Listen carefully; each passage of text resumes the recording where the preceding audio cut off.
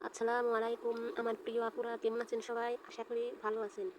আজকে আমি আপনাদের মাঝে আরেকটা ভিডিও নিয়ে হাজির হলাম। ভিডিওটা হচ্ছে গুজরাটি সেলাই 5 ঘর কীভাবে ভরাট করবেন। খুব সহজ এই সেলাই, আপনারা দেখলে অবশ্যই বুঝবেন, আর যদি না দেখেন মনোযোগ দিয়ে তাহলে অবশ্যই বুঝবেন না। এটা যদি বোঝেন একবার খুবই সহজ, আর না বুঝলে কিছুই না। তাই আমি আপনাদের খুব সহজে সেলাইটা দেখাবো ইনশাল্লাহ। তো প্রথমে সেলাই জানতেন, আমি আপনার আগে ঘর টেনে দেখাবো কীভাবে। এভাবে আপনারা 2 ইঞ্চি করে চারো পাশে একটা প্যাটার্ন করে নেবেন। প্যাটার্ন করার পর আপনারা এভাবে, যে আমি গড় টেনে নিয়েছি। এই যে দেখুন, যদি গড় যারা নতুন আছেন, আমি যেভাবে প্যাটার্নটা দেখাচ্ছি ঠিক সেই প্যাটার্নটা বসাই এভাবে আপনারা গড় টেনে নেবেন। নেওয়ার পরে মানে আমার এভাবে যদি বেকাতেরা হয়েও যায় কোনো সমস্যা নাই, সেলাইটা কীভাবে সুন্দর করে আনবেন সেটাই আমি দেখাচ্ছি। এই যে আমি এখন এই যে যে যে কোনো একটা মাথায় থেকে আপনারা এভাবে মানে ফোর তুলে নেবেন। নেওয়ার পর এই যে আমার এখন সব সময় গুজরাটি সেলাই ডান দিক থেকে আমাকে ফোর নিতে হবে বা স্টিচ নিতে হবে। এই যেভাবে, এই যে আমি নিচ্ছি, আপনারা দেখতে থাকুন। এই যে এভাবে গেছে না, ঠিক এটা এভাবেই যাবে। এই যে দেখছেন এভাবে আসতেছে, আমার কিন্তু অন্যদিকে যাবে না, এই লাইনেই আছে, এই লাইনেই থাকবে। এই যে এভাবে কানিতে এভাবে আপনারা সুই থেকে এভাবে স্টিচ করে নেবেন। নেওয়ার পর আপনারা এভাবে, বেশি নিলে ভালো লাগবে না, যাই হোক ফ্রেম শুধু ঘুরাইতে হবে আপনাদের। ফ্রেম ঘুরাইলে আপনাদের সেলাইটা সুন্দর হবে, কানিটা সুন্দর মতো উঠবে। এই যেভাবে আমি নিচ্ছি, আর এভাবে লুজ রাখার চেষ্টা করবেন। হাতের সেলাই মানে সবসময় হাতের সেলাই লুজ থাকতে হয়, যত টাইট করবেন তত কাপড় কুচে যাওয়ার সম্ভাবনা বেশি থাকে। আপনি যদি হাতের সেলাইয়ের কাজে সবসময় সুতা লুজ রাখেন তাহলে সেই সেলাইটা পিটে থাকবে, দেখতে ভালো লাগবে, আর কাপড় কুচাবে না। হাতের সেলাই আপনি পরিপূর্ণভাবে শিখতে পারবেন। তো এইভাবে আমি নিলাম। এই যে আমার জাগ যে টানা আছে ঠিক এভাবেই আসবে। এই যে এখন আমি কানিতে যাবো, এভাবে এভাবেই আমি টেনে নেব। এখন আসতেছে এদিকে, সবসময় ডান দিকে আসতেছে, দেখছেন আমার ডান দিকে স্টিচ হচ্ছে বা করে নিচ্ছে এভাবে। ঠিক আছে, এভাবে আমি নেব। খুব মানে সেলাইটা বুঝতে পারলে সহজ, আর না বুঝতে পারলে অনেক কঠিন।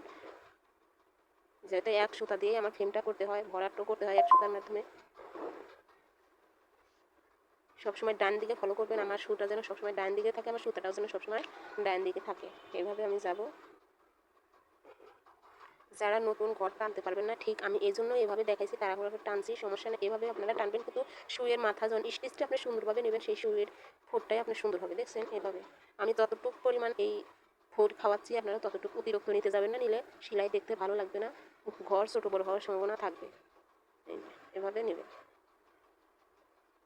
আমি এমনও আছে, আমি এসব ঘর না টেনেই আমি চারি ঘর করে দিতে পারি, এই শুধু সুই দিয়ে আমি ঘর টানতে পারবো। তো এভাবে প্র্যাকটিস, আপনারা যদি শিলেই সুন্দর করে শিখুন তাহলে সব কিছুই আপনারা খুব সহজেই বুঝতে পারবেন। আমি একটু স্কিপ করবো না, যত সময় লাগুক, শুধু আমি আজকে ঘরটায় টেনে দেখাবো। আপনারা অবশ্যই দেখবেন যারা নতুন আছেন। আর সেলাইটা না খুবই সুন্দর একটা সেলাই, আমার খুব ভালো লাগে। আমি অনেক কিছু এই গুজার সেলাই দিয়ে করছি, কারণ এটা সুতা কম লাগে, আবার এটা খুব তাড়াতাড়ি হয়ে যায় ভরাট।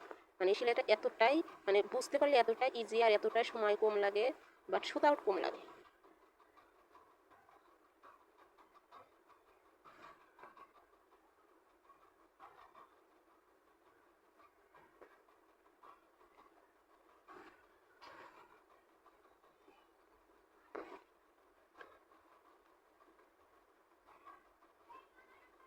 কিন্তু কম বেশি করে খাওয়ানো যাবে না, খাওয়াইলেই সমস্যা,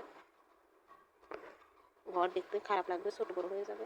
ঠিক আমি যেভাবে শুয়ের মাথাগুলোকে যেভাবে আমি নিয়ে নিচ্ছি সেইভাবেই আপনারা, এটা কানি, ঠিক এই কানির আমার আসতেছে সবসময় ডান দিকে, দেখছেন ফলো করবেন যে আমার সুতা যেন ডান দিক সাইডে থাকে। যখন আপনার সুতা ডান সাইডে থাকবে তখন আপনার শুলে কিন্তু এমনিতেই ইজি হয়ে যাবে, সহজ হয়ে যাবে করা।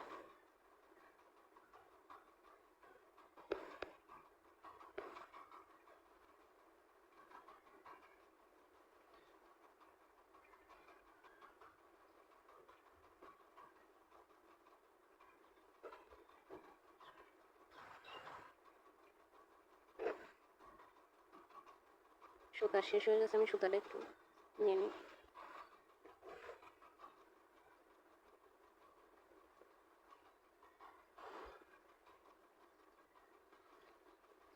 গুজরাটি সেলাই মানেই শুধু ফ্রেম ঘুরতে হবে, আপনি যদি যত ফ্রেম ঘুরবেন তত আপনার সেলাই বুঝতে সুবিধা হবে যে আপনার স্টিচটা কোন দিক থেকে হচ্ছে।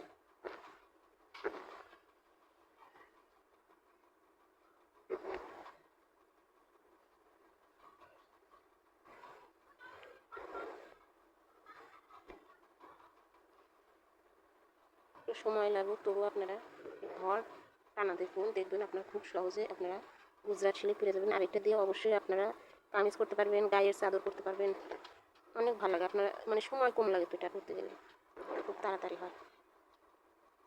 আমি খুব সহজে বোঝানোর চেষ্টা করি আপনাদের, কারণ আমি সবসময় ধৈর্য ধরতে পছন্দ করি, আর হচ্ছে সব কিছু ধৈর্য সহকারে শেখার ইচ্ছা আমার, এবং আমিও আপনাদের সেভাবে শেখানোর চেষ্টা করি। আশা করি অবশ্যই আপনারা বুঝবেন এভাবে। তো আমি এভাবে স্টেজে দেখছেন, এখান থেকে আমি এখন কী করবো, এই জায়গায় শুটে নিয়ে নেব। নেওয়ার পরে এই যে হয়ে গেল, এখন আমি এটা মাঝখানে নিয়ে নেব।